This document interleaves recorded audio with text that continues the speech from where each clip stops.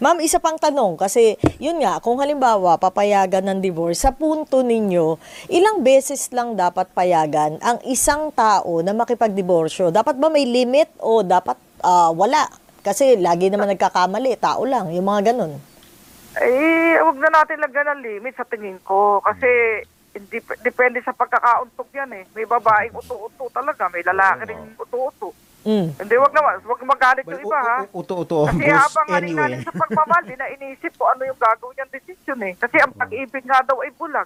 Oo. Paano kung ginagawa naman laro nung iba naman? Kung gawin laro nung iba? Mag-i-intervene ng court yan. Hindi pwede yan. Hindi makakalusot naman.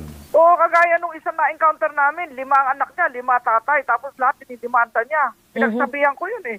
Ano ka, anak ka ng anak sa iba lalaki, tapos didimanda mo yung tatay. For support. Parang ganon. Oo.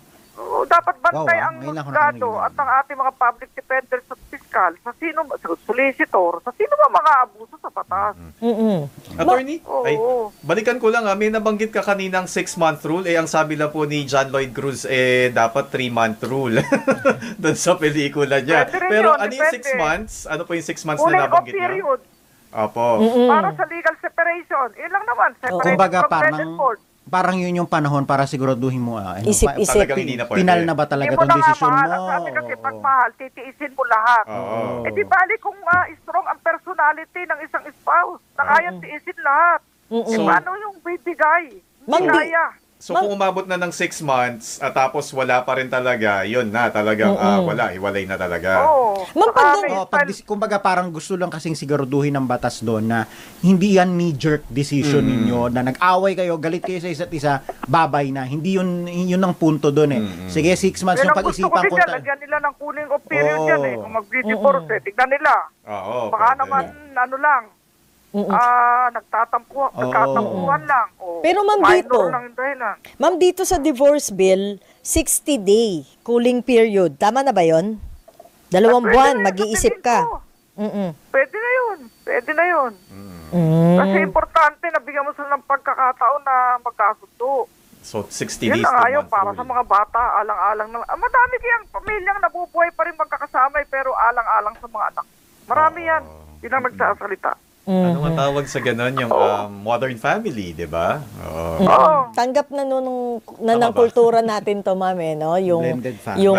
Yung ganong setup. Kumbaga sa it's about time na buksan din natin yung point of view natin pagdating sa punto ng diborsyo. Tama yan, ma'am, no?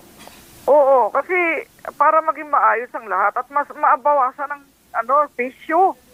Yung mga batang naalis ng bahay, sama sa barkada, nalulung kung saan-saang makakapahamakan. Kasi galing sa mga broken homes ang karamihan dyan. Pero kung pilang batang may pag-ibig sa isang tahanan, hindi ayaw umalis dyan eh. Nasasabik yung uwi agad. Iba ayaw umuwi eh. Mag-aaway lang, puro away na lang. Impyernong tahanan yan. Ganun ang mga bata. Ayaw nila lang. Gusto ng mga bata masaya, happy. Kumbaga sa ma'am, itong divorce, hindi naman talaga siya, pag tinignan natin, hindi lang talaga siya para dun sa mag-asawa no? Kundi more of para sa mga bata. Mga bata at saka komunidad, pati barangay, pati sa lahat kasi yung kapitbahay, nabubulao sa away nila. At payapaan. Sabi nga, peace be with you. Paano kung kahit peace be with you, peace be with you ka dun sa partner mo, pero walang ginawa, kundi pasaway. Ano mangyayari dun? Oo nga. Aminin naman napakalaking problema ang tahanan. Kaya minsan ayaw na maghanap buhay ng isa kasi bigo siya. Masarap kayang umibig. Inspired ka, Cheryl. Di ba? Tama sa nakausap natin dyan, di ba? Sarap ang pag-ibig. Biyaya ng Diyos yan eh. Pero kung hatred, war inside the home, hindi na naging home, naging house na, ay nako, bigyan na po ng batas ng karapatan na mabuhay ng payapa ang bawat partido.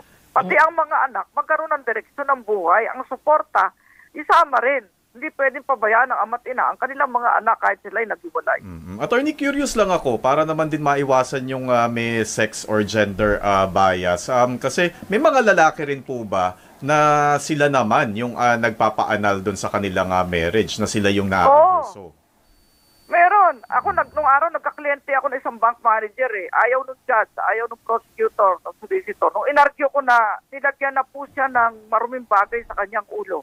Ibig sabihin, may anak na sa iba yung babae. Oo. Nakaliwa na, hindi pa po nyo bibigyan ng kalayaan ng aking kliyente. Oo. Narsiyo kung gano'n, ay yun dyan, napatulala eh.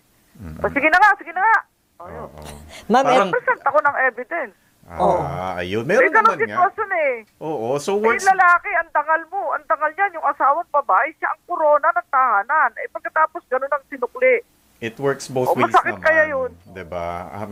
Nalito lang ako para sabi ni Attorney Persida yung nilagyan ng maruming bagay sa ulo. Baka Oo. pinahiya at nilagyan. Pinutungan. Pero ang tawag Oo. dyan, di ba yung Kinaliwa. parang iniputan ka sa Oo, ulo. oo. Diba? Kinaliwa, ma'am, Parang no? ganon. May nag-aalmusal, pasintabi po. Oo nga. Sinabi na po sa Ay, nag-aalmusal. alam mo, saya ng topic natin, pero nagiging emotional ang topic. Kasi, Oo. pinapil mo yung problema ng mag-asawa at saka Oo. ng mga anak. paano pala, Isipin ma'am? natin ang mga anak. Ma'am, in the meantime pala, halimbawa ngayon, yung may mga nanonood sa inyo, tapos, ayun nga, sabi niyo, ay, pwede naman pala mag-file na muna na annulment.